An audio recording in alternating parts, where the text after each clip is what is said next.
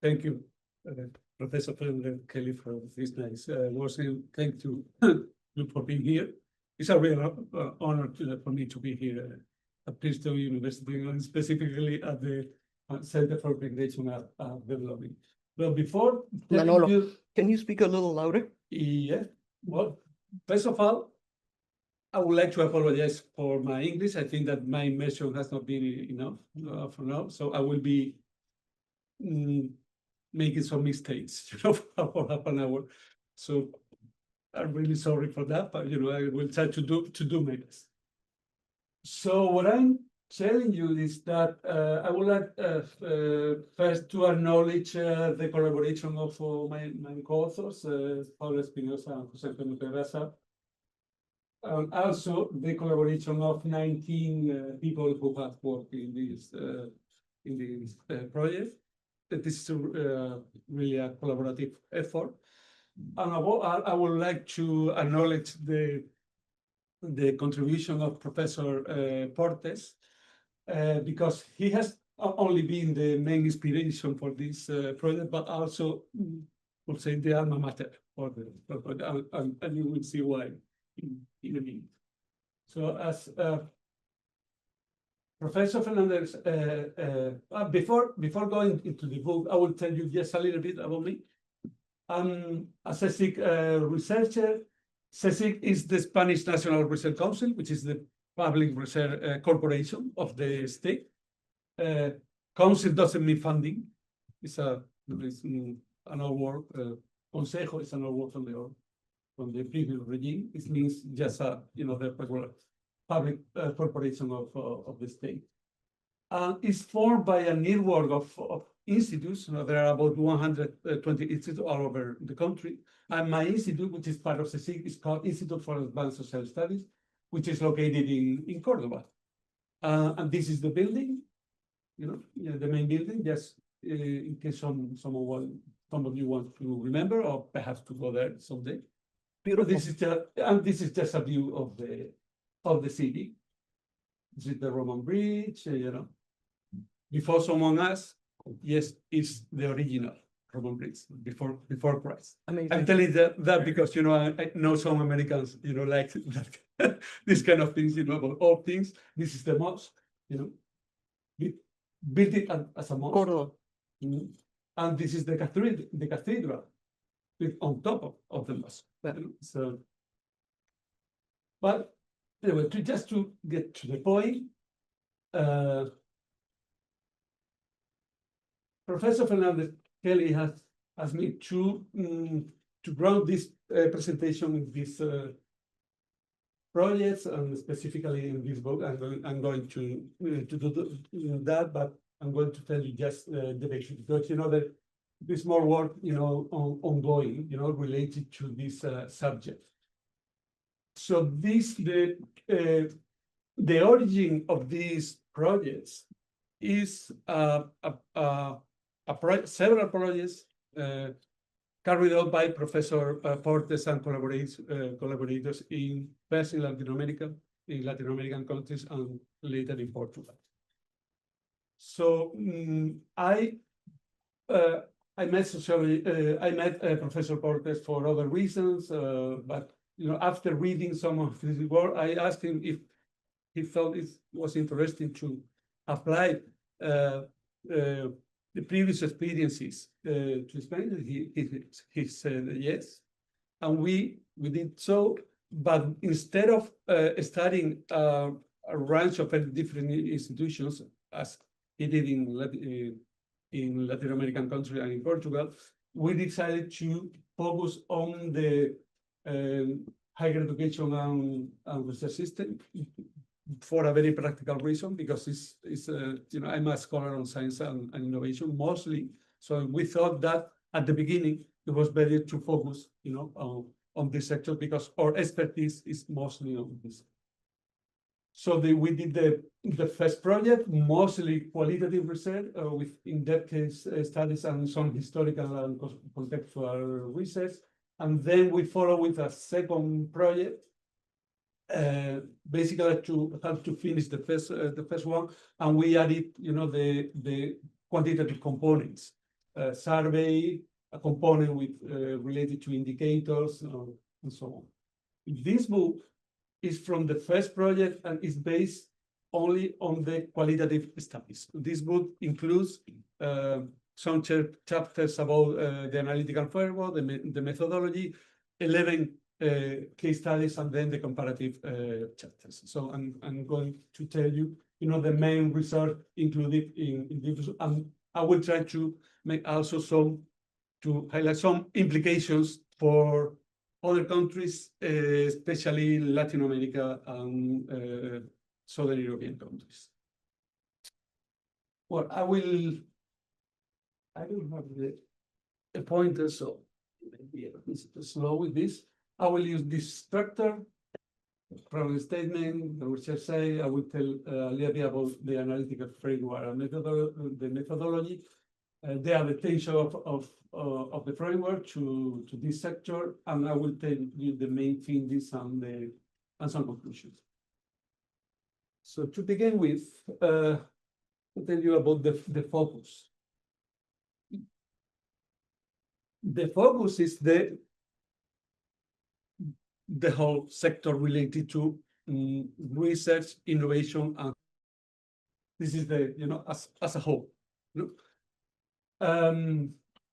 There are several ways to call, this sector in the literature. Innovation system is one of them. Innovation system can be national, regional, sectoral. Another way is system of knowledge production, very, very similar. The first one focuses mostly on firms and the productive result. The other one focuses most on universities and public research. That is more or less the same. Other scholars use socio-technical system, but for sociologists, a more common term perhaps is institutional field. Many of you, very familiar with this term, especially here in Princeton. So I pick up a couple of definitions about about system of innovation. For instance, you look at the first one; it fits perfectly well with the the definition of institutional field. A network of multiple institutions specialized on a sector activity, formed by organization, law, policies, and their interactions. The second one is quite similar, but a bit more dynamic. It's it highlights learning process. But this is the focus of the project. With these issues, there are a lot of evidence and assumptions related to the benefits of knowledge in society. There is a close relationship between R&D, higher education, and innovation, and socioeconomic development and well-being in general. And there are a lot of indicators that support that. Indicators of the percent, for instance, the percentage of R&D in the GDP, but also the number of publication, patents, spin-offs, and all these indicators are related with the indicators of socioeconomic development of well-being. So there is a lot of interest in promoting policies and institutions that are the ones that are needed to some of the benefits of the integration in the so-called knowledge society. So I pick also some usual policy questions. What kind of knowledge capacity that country should have, especially in country? What is the kind of the knowledge ecosystem is needed? We have to remind that an important part of the discussion is about the institutions. So what I did here is just to reframe a little bit, these issues in some questions that are the main research question of our project. What are the major institutional determinants of science and innovation in the country? In what conditions can they fulfill their missions and become developmental? How do the configuration shape and orient a country system? So other more specific question for some countries is has to do with the differences between institutions, having in mind that many of them are quite similar in terms of history, legal structure.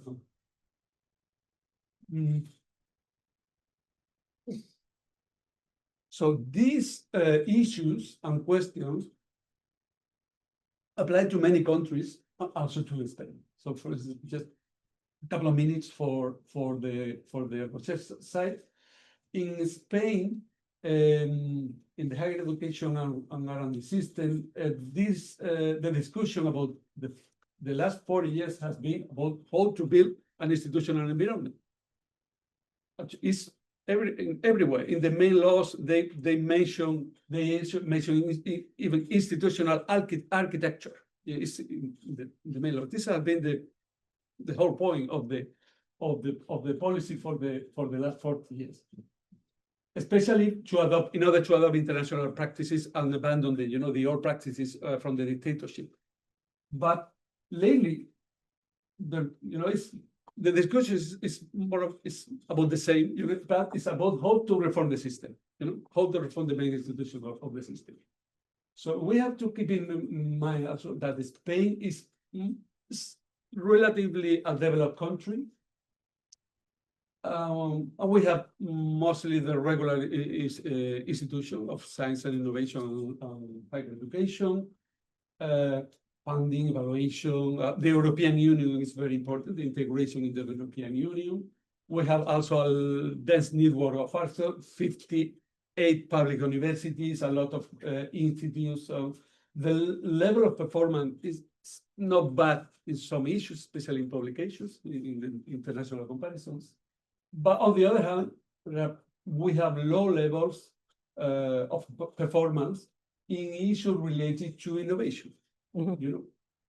This has to do with the so-called paradox of innovation. Actually, it's called very usually the European paradox of innovation, but it can be applied to some other countries, Latin America, for instance, and some other countries also, Europe as well. That means high orientation to fundamental knowledge and lack of performance in innovation. And by the way, innovation means in this context, transforming knowledge into value, both economic and social. This is the simple definition of innovation and using. So this Spain has a lot of similarities with other countries. For instance, other countries over Europe, Italy, Greece, Portugal, and Latin America as well. I pick here the main ones. For instance, we share the bureaucratic models. Influence some influence of politics on top level ranks, but also high autonomy at lower levels, and a lot of difficulties for real accountability of performance, because of the controls are mostly on administrative procedures and finance, and also the proliferation of laws and regulation. I will tell you about this a bit later, that this is quite common in some countries. And on the other hand, the innovation paradox as well. The state has the major role in funding and governance. Industrial actors are not very influential. The governance of many key public institutions based on the academic science model. In general, we have very few big firms, and lack of innovative industrial fabric of SMEs in most of the region. This is quite common, in many countries. So after that, I will. This slide is a bit crowded, but I think it is important to say a couple of things about the state of research in this field. I just put here the two main research streams at the system level. There's a lot of research about science and innovation and higher education, a lot. But at system level, the main discussion is about two main streams. The first one is called the stream of national or regional innovation system, mostly in the orbit of evolutionary economics. They focus on several parts of the city, especially organizational institutions, very important for them. They focus on the interrelationship. They have produced a lot of taxonomies, and they have been very influential in policymaking all over the world. But on the other hand, they tend to overlook some important issues which are related to power distribution, norms, and cultural ambiguities. They don't capture these things very properly, and sometimes they just forgot about them. And one of the reasons is the lack of concept, because mostly are economists, evolutionary economists. Yeah. They pay important attention to learning and other things, but it's not to other issues. And on the other hand, we have another big stream, which is called the science and technology and society studies, which is quite different. Formed mostly by sociologists, philosophers, historians, and others. They share a more critical view. Instead of system, they use these other socio-technical regimes, which was similar. They focus on conflict, cultures, interest. Yeah, they have they have produced a lot of knowledge about the problematic issues inside innovation. But on the other hand, they have very few operational frameworks for analyzing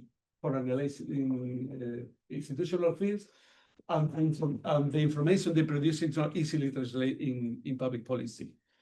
So, and this is one of the major obstacles in advancing knowledge in this field, in addition to the lack of data about the institution, about real institutions in the economy. So that's why we decided to use the framework by Professor Portes and colleagues. And I'm going to tell you, just the basics of this framework. And I will start with the main assumptions, with the main assumptions to use this framework. The first one is the complex conceptualization of institutions. So, institutions are considered the major elements of society formed by interweaving factors, mainly design, history, and social impediments. Another important assumption is that institutions should be observed as complex social objects that encompass a lot of aspects of social life. Because of that, a third assumption is that analytical decisions are very important. Concepts are very important because institutions are quite, they are not difficult to observe directly in real life. Actually, institutions are intertwined with organizations in real life. So analytical complexes are needed in order to see the specific aspects and dynamics. So institutions can be considered the other, coin or side of the coin of organizations. So and another is to focus on major organization as the most effective way to observe institutions, because major organizations are the pillars of modern societies. That's the simple reason. So these are the assumptions. Also, we inspired in this framework by Professor Portes. To be honest, I don't feel very comfortable talking about this framework with Professor Portes sitting here, in the room. I will do that. I will do that. If some of you have a question, ask him, not me. But just to tell you the basics, this framework has, from a point of view, three main characteristics. On the horizontal axis, it distinguishes analytically between culture and social structure, and institutions have both. Second, on the vertical axis, he distinguishes between different aspects with some concepts that has been accumulated by sociology for about 100 years. let's say. And these concepts are very used, are needed to capture some specific aspect of institutions. And you can see here, the different concepts at different level of deepness. And third, and very important, they are interrelated. Professor Portes provided, they have a real structure, and Professor Portes provides here, a framework in order to understand the main interrelation. And I will stop. Okay, this is because we use this as an inspiration, but actually we didn't use directly the framework in order to study the institution, because Professor Porter and other colleagues, they went a step further, say, and they use an operational approach. The framework is a intermediate level of abstraction, but the framework is not designed to study a specific institution, and specifically the outcomes and the performance of the institution. So this, what they did is to use an operational approach to facilitate that, kind of research with a set of more specific concepts. They selected a more specific context in order to be used to guide observations. These concepts are hypothetical dimensions. They reflect knowledge, accumulated knowledge about aspects of social life that are of relevance for studying institutions. And also, they use a methodological strategy in order to treat the dimensions in a systematic way. And also, there is a background assumption in this operational approach. It's the configurational nature of reality, which means different combination of social conditions can produce similar effects. So the reality, the relationship between causes and effects is not linear. Usually it's not linear.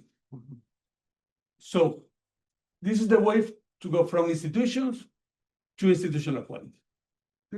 From institution to, and they do so with this list of dimensions. I'll just read it. They use dimension called internal, external, and outcomes. The internal dimension, they are called conditions because they are supposed to affect the outcomes, are related to the inner life of institutions, and they are meritocracy, immunity to particularistic interest and corruption, and absence of island of power. The external condition had to do with the links and exchanges and influence with the environment. And they are proactivity toward societal benefits for users or beneficiaries, openness to external ideas and innovation, and the system of external alliance and support from influential groups, social, economic, political, etc. And then the outcomes are related to the performance and the broader impact in society. And they included two general outcomes. The first is institutional adequacy according to the formal missions of the institution. And the second is the contribution to development. Professor Porter had in mind the broader socioeconomic meaning of developing as used by Amartya Sen, for instance, and other scholars. They use this framework to study several institutions in Latin America and Portugal. So we use, here is the summary of the ideas, but I think I can skip this. Yeah, one small thing. After that, institutional quality is properly defined in operational terms. Institutional quality refers to how well institutions fulfill their intended purpose and their capacity to generate a positive and significant impact on the environment. with dual dimension. Another important issue is that this is a theoretical model. Mhm. Used to evaluate real world institutions. So it's not the reality itself. It's used, Professor Cortes sometimes say, to wrap, the reality with the model and see if reality fits with the model or the other model. So what we did was to adapt this to the system of knowledge production in Spain. So we follow more or less the same methodology. We selected the main institution of the system, in particular 11 institutions, and we studied as a whole. We use several criteria for selecting this institution, mostly the systemic nature, the network structure of the institution, and the relevance and the emblematic position. And we classify the institution according to meaningful functions. This is the list of institutions. To sum up, we pick the two main funding evaluation agencies. The first one is for R&D. It's more or less our National Science Foundation agency, or version of the National Science Foundation here in the state. The other one is for industrial innovation. Also, we selected university. University is the bigger sector in general, non-public university. We selected 3. A big historical university, an intermediate regional university, and a polytechnic. They are different kind, also public. Third, we selected the main public research organization of the country, which is, this is a very important sector in the country and in many European countries as well. We selected the Spanish Research Council, which is the bigger network. A similar institution, but for health research, that includes also the funding agency.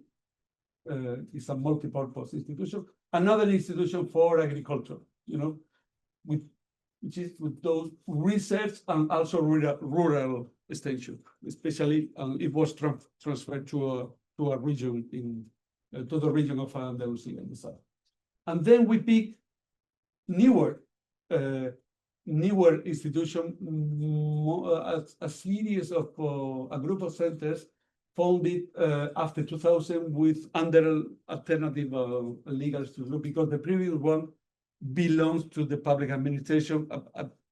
They belong to the public administration and they are integrated in the structure of the state.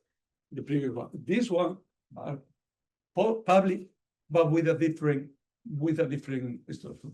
And we pick a network of institutes from Madrid, in there. Another network in the Basque Country, oriented to disruptive science and innovation, and the main technological corporation for innovation in the country, oriented mostly to provide services to small and medium-sized enterprises. Mhm. So after that, we did in that study of institution, we pick experts for each institution. They did extensive case studies, 1.5 years on average. They use a combination of methods. They use law, regulations, corporate documents. They did interviews, sometimes a bit of ethnographic observation.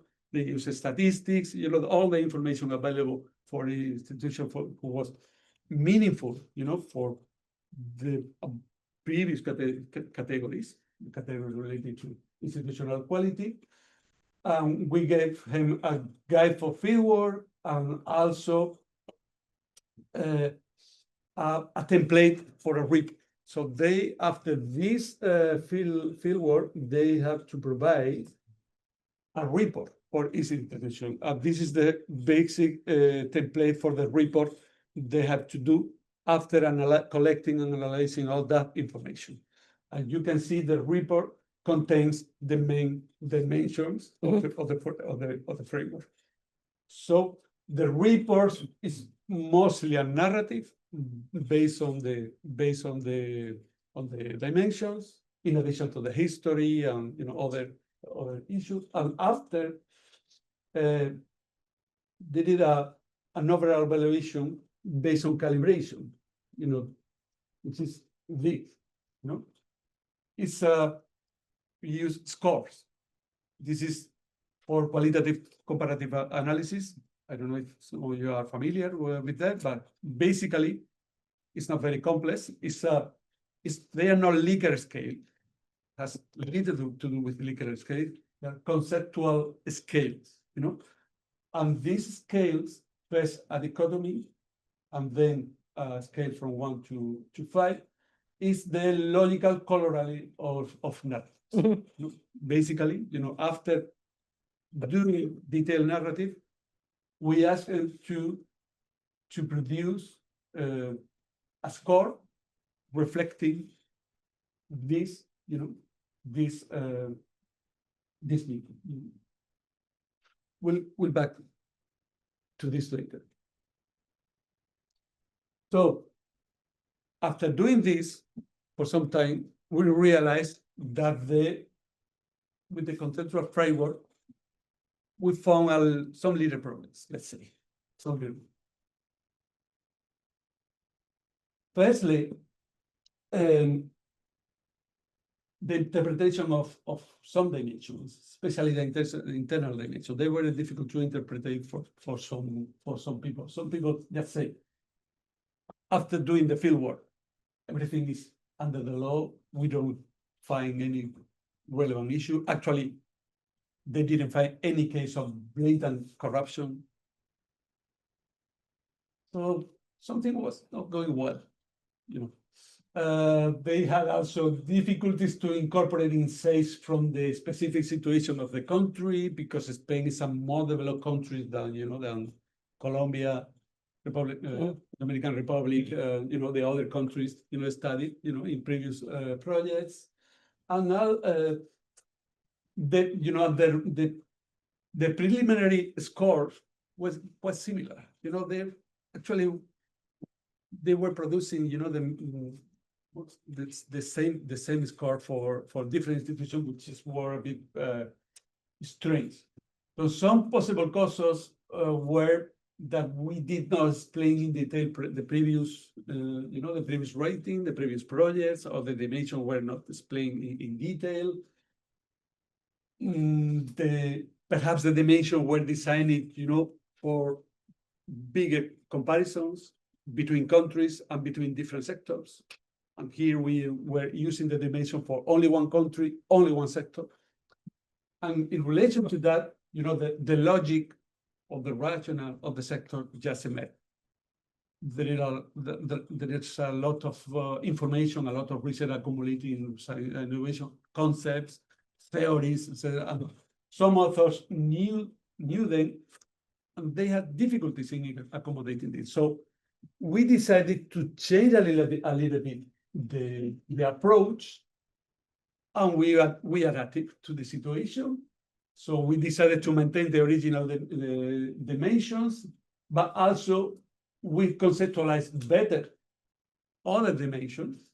We tried to clarify a lot the scores according to the logic of the sector, and we did a kind of conceptual stretching, with some dimensions.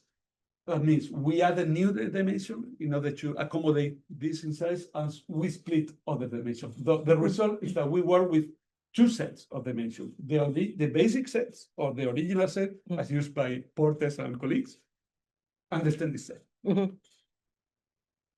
And this is the extended set. I won't go into the details now. Basically, we added previous condition, meta condition related with the administrative structure of the country. We added others, in some of the internal or standard conditions, and especially we added two more on the outcomes. The last two: knowledge production and innovation. So I will start to tell you the basic findings of the result. of the problem. So firstly, some details based on the direct observation of case studies and the cross comparison of case study with the help of the calibration, with the help of the score. I will start with this one. This has to do with the bureaucratic regime of the country. We decided to include this dimension because bureaucratic regimes in some countries are very, very important. And this has to do with the model of the administrative law in Europe, Central Europe, and specifically Southern Europe. And believe me, it has nothing to do with the American model or the UK model. It's different. It's completely different. That means that action, the kind of action of the state is through administrative law and not through management. And this is very, very important. Administrative law is everywhere. So we decided to include this in order to provide insights especially about the model, control, and accountability. We asked to be included in a chapter or section of the case study, and the dimension that we define is this one, bureaucratic burden, which means the proliferation of rules, procedures, etc., that do not contribute to the missions and generate difficulties, redundancy, or ineffectiveness. Interestingly, because it is the lowest score, is the most important barrier according to the comparison. And here you can see the results. That means that the bureaucratic burden is huge. Look at the universities. The universities, which are the main sector. And here the main public research institution networks of institutes use, and they have a lot of bureaucratic burden, and the agency for research, not the ones related to industrial innovation and the newer ones. So another important, it's necessary to look in detail at the cases to find out these kind of things. That means that the bureaucratic regime is interrelated with the other dimension, is interrelated with everything, with innovation, with meritocracy, with everything. So it's basically a mechanism of fact dependency, but an important insight is the paradoxical aspect of bureaucracy. So bureaucracy provides stability and protection. They are very, very stable. They are the Bavarian typical bureaucracy. Red tape is quite common in any big bureaucracy, but at the same time, they create the spaces for particularism. And I think that this is an insight from the case studies. And I don't mean that when general laws, I mean that if there is a general law in the country, that means that every public institution had to apply the law for selecting people, for promotion, accountability of the budget, and when institutions apply the state law, what they do is that they filter the law.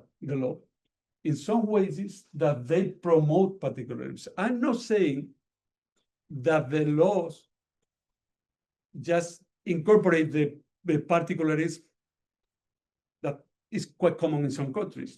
Some group politicians just shape the law in order to accommodate previous particularism, petty corruption or rank corruption or other issues. What I mean is that even with some positive goals, the law is the law. The translation of the law, the accommodation of the enacting of the law that promote the particularism. So the idea is that the same Bavarian bureaucracy creates the structure of opportunities for for particularism and make it legitimate because it's legal, because make it legal.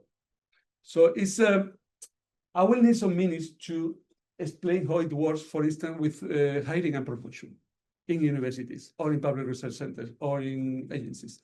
If you have the time, I can go into details later, but the basic idea is that we have to look at bureaucracy in order to interpret correctly the processes related to the nations. Another one, meritocracy. What we found is that the whole system is quite meritocratic because of some basic reasons. Because it's people need successful academic credentials in order to work in the system. Higher education, degrees, sometimes a long career. It's in nature, the system is meritocratic. So, there are some differences, but basically everything is above the average. 5 minutes. 5 minutes. Whoa. So that we can ask the questions that Yeah. you're inviting us to ask. So what we found are different kinds of meritocracy. So both cosmopolitan and local meritocracy. We decided to split the meritocracy what we were showing. So this is the beautiful. You have the sample. Basically, what we found are different kind of meritocracies. One local meritocracy means that the criteria of the institution are the ones that prevail for hiring and promotion. Cosmopolitan means that the criteria of the profession at last are the ones that prevail. For instance, you this example in higher education is very easily to translate to the logic of higher education. Locals mean hiring someone for teaching abilities, for the specific technical ability in a lab, for administration, and so on. Cosmopolitan means, your record of publication, awards, etc., and knowledge more globally. So what we found is that, two different varieties of meritocracy, which is quite interesting, and some are neither good or bad. They are combined in specific ways. So this is a picture of what we got, from these scores. It's a way to compare easily, institutions under the nation. I didn't have time to translate all the labels. I'm sorry for that. I didn't have the correct file. But these are all the dimensions, and the cases. I would like to have a look at this one. This is institutional adequacy and contribution to development. In institutional adequacy, we were a lot of differences between but not here. All of them were developmental. All of them contributed to development. So what we decided is to split this one in two. Okay. And I will go directly to the criteria. This is institutional adequacy. There are some that are not very adequate. The big institutions doesn't show institutional adequacy, which is very important. But I want you to tell you this. I'm sorry about the quality of the English. This is the so-called Poster's quadrant by Donald Stock in 1997. It summarizes a basic idea about the contribution of knowledge. That knowledge can contribute to the understanding, the deep understanding of the phenomena and their study, or can contribute to practical use, to resolve practical problems. Donald Stoll here just made a combination and showed the different models. and he used the name of a knowledge scientist to, to exemplify. Here we have the quadrant represented by Niels Bohr, basically basically basic research. The quadrant represented by Edison, a lot of development, but not much understanding of the fundamental of the phenomena he was dealing with, and the Pasteur quadrant that represent the combination of the two. Mhm. Interestingly, Donald Stock is the professor for whom the library downstairs is named after. Mhm. I didn't know that. I knew that Donald Stock was a Princeton professor here in Princeton. Actually, he was the dean of the School of Public and International Affairs. And at the end of his career, this was his very last book. It had nothing to do with his previous career. He tried to, to put together his experiences about managing knowledge. Mhm. And he produces this very nice Yeah. idea. So we use it in order to split the two contributions of the institutions. And what they are based, contribution to fundamental knowledge is one of the dimensions, contribution to socially relevant issues or innovation is the other dimension. So we can see the differences between institutions. A lot of them, for instance, the main institutions of the country here, they contribute to fundamental knowledge, but not here. And look at the universities. They don't contribute much to innovation, except the Polytechnic University, and there are just 4 in the whole country, and 52 of the others. The profile of the new center is quite different. So if we combine these in quadrants, this is the Pasteur quadrant. This is the Pasteur quadrant.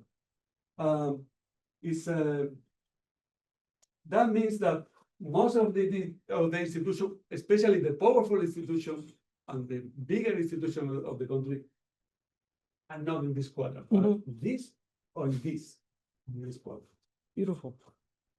So after that, I think we can go to an important conclusion, which is the importance of the institutional configuration. Yes. So that means that the configuration of the sectors explains the outcome of the whole country. So the system of knowledge production is shaped by the orientation of the bigger players, universities and public research centers, especially one agency. The minority role of the players that can make a difference, which are the newer sectors and the institution oriented to innovation, and the barriers to change the configuration.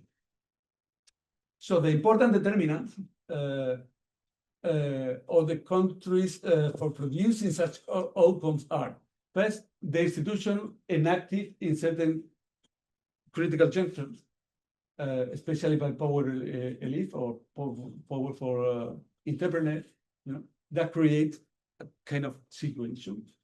The evolution of where toward not expected direction, and then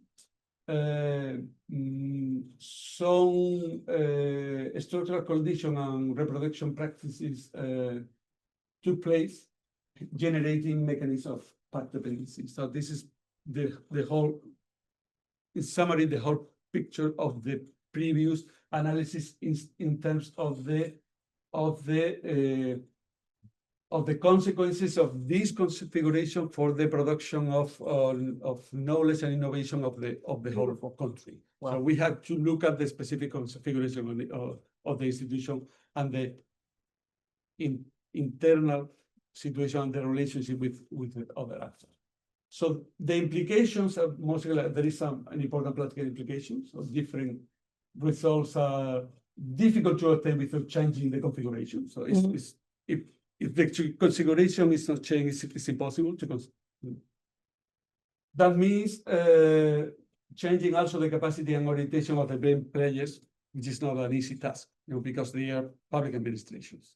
And for a country of the size of Spain, it's not possible to create new institutions because there are not enough resources, to create an alternative. And also we have a theoretical implication that is we need to look for the ultimate causes that force institutions to produce these results. Yes. But because I don't have the time, I have, the second part is about this. It's about how to look at this, at the deep causes, profound causes, through qualitative comparison analysis with some results. I will leave this for the questions. Yes. I'm sorry because No, it's fantastic. I thought I had some more time, but First of all, beautiful English. We are going to applaud you. Second, it's a sensational. other results. Just another conclusion. Just if I you want. I think you want to fold that into answers to your questions. You can leave the slide right there, but I'm going to open the floor to, because otherwise we'll run out of time. And your presentation is so rich and so deeply textured. I think that everybody here gets a sense of a couple of things. I mean, first of all, he takes a very important contribution from the founder, actually co-founder of the Center for Migration and Development here present, rare sighting, and then runs with it. I mean, I think that this is a wonderful way to do social science, and you can get a sense of the seriousness of this project. So yes, I want to also say that Manuel is likely going to be with us next year between April and September. And so I do hope that he will interact with you and that you will interact with him, because as you can see, he has much to offer, not just in terms of findings, but in terms of research design. So yes, the floor is open to questions. Yes, Sebastian? First, thank you. This was great. It was fascinating to hear. I have a question about I think about the US and I wanted to hear you talk about how like migration and talent fit into the story, because I'm thinking like the US doesn't do a lot of like fundamental knowledge, basic science. It just imports it from China and India and like employs them in essentially like the US attracts more talent than it raises internally, right? And what does it mean for countries like Spain or Brazil or France or even Germany, who are in this like innovation paradox, that they can raise talent for ostensibly innovation, but you have a big talent magnet that is the United States. Do you see that potentially changing? How can Europe position itself better? I just wanted you to hear about kind of like the geopolitics of this. But Should I answer, right? Please. Thank you, Sebastian, for this question. I had this for some possible research avenues. The role of the institution in mobility and migration of highly trained workers. Yeah, I didn't have the time, to do it, but it's nice. Your question is very, very important. Actually, I will go back, to the previous one. Well, we've in Spain, for instance, and in other European countries, Portugal, Italy, Greece, France, Germany is a bit different. Nordic countries is a bit different. UK has nothing to do. But also in Latin America, what we see is very little, let's say, foreigners, migrants, high-skilled migrants, working in institutions. Why? We need them. Mhm. Not only in the United States, need this workforce. We need a lot. We don't have enough statisticians, IT people, doctors. It will be fantastic, to have these people from all over the world there, not only for Spain, I'm sure that from Brazil as well. I don't know much of the situation about Brazil, but I know the situation in some European countries, and the issue is the institutions. The configuration of the internal labor market of the institution it produces that it's not possible to work for one of these institutions, and especially to promote and to get tenure in this institution if you don't start at the bottom. An entry point for the internal labor market. Internal labor market means a kind of formal and informal regulations applying to the labor relations inside the institution, out of the functioning of the labor market, of the country or of the international labor market. So the institutions are arranged in a way that is not possible to work in them if you don't go there at the very beginning and start with the basic position and then start a career inside. That is my just to make it short, my main answer. Actually, one of my ideas being here at the Center for Migration and Development, I talked to Patricia about developing some possible idea for perhaps for a future project. It's beautiful. Is the possible title of the paper is why do we have so few foreigners in our institutions? Yeah. Interesting.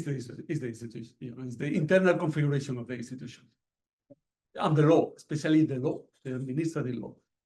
Before I give you the floor very quickly, I'm just going to ask Lucas. Lucas is our youngest participant. Do you have anything to say, young sir?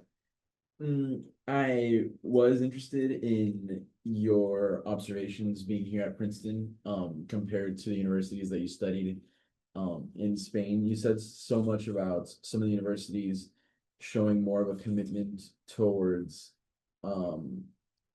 just knowledge for the purpose of understanding rather than actual application for use. And that, a university in an ideal situation should be able to bridge that gap. What do you think or I don't know if what is your perspective on how Princeton does that? Princeton. Well, that is a difficult question. But what? Not so difficult. It's easy because Princeton is unique, not only in the States, well, in the whole world. It's very difficult to find a place like Princeton in other countries. It's probably you may need to move to other institutions here in the United States, maybe 2,500 universities, something like that.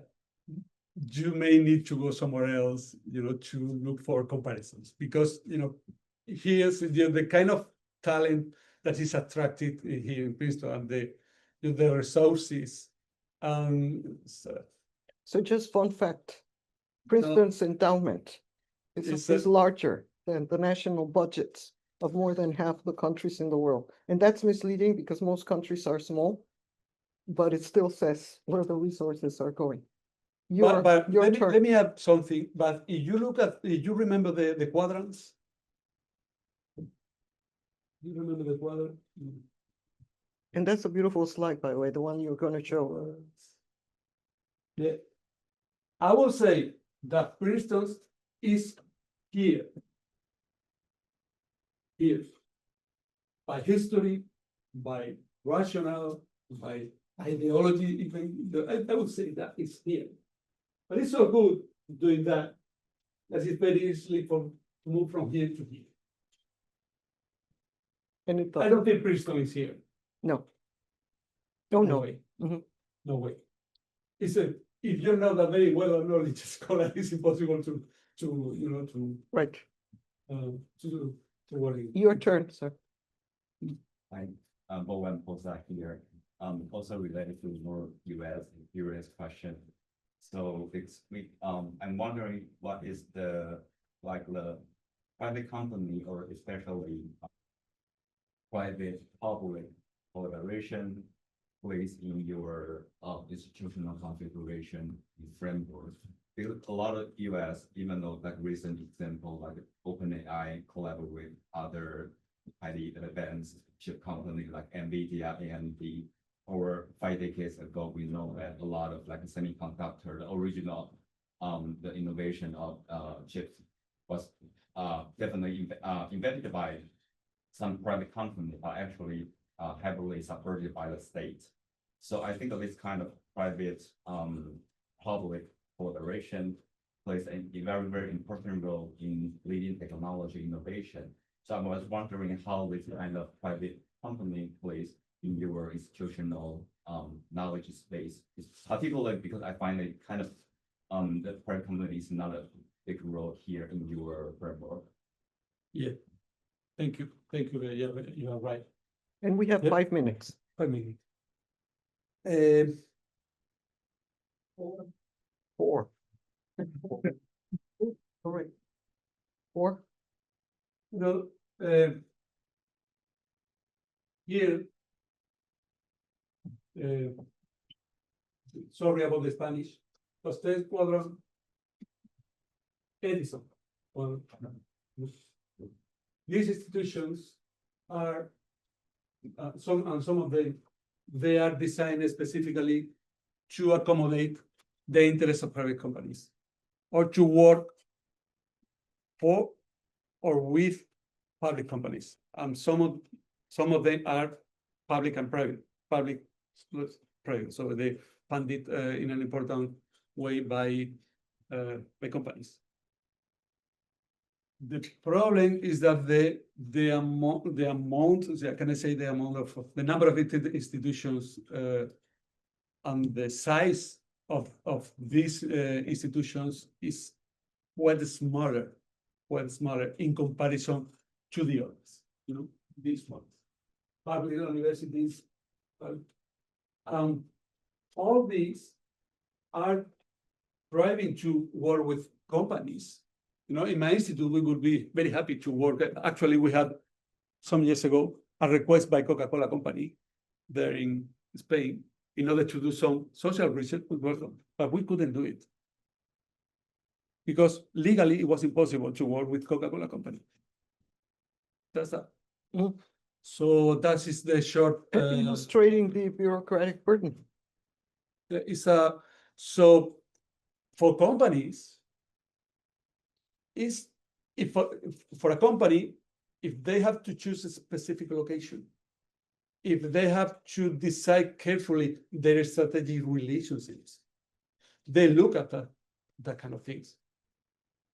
And at the end, they come to the United States or go to somewhere else, but they don't go to the south of Italy, Portugal, or Greece, or even France, you know, or because it's for them it's quite difficult, you know, to work with the system. You know, this is a very important issue. We don't have the time, you know. Exactly. We don't have the time, but we have the enthusiasm to congratulate you on what is really a very, I'm so glad that I had an opportunity to hear you speak about your fascinating research. And thank you for being here with us. And we look forward, he will be here under the sponsorship of the Fulbright Foundation. And I see that many of you are interested in institution. I think this is the go-to person in that respect. Thank you very, very much.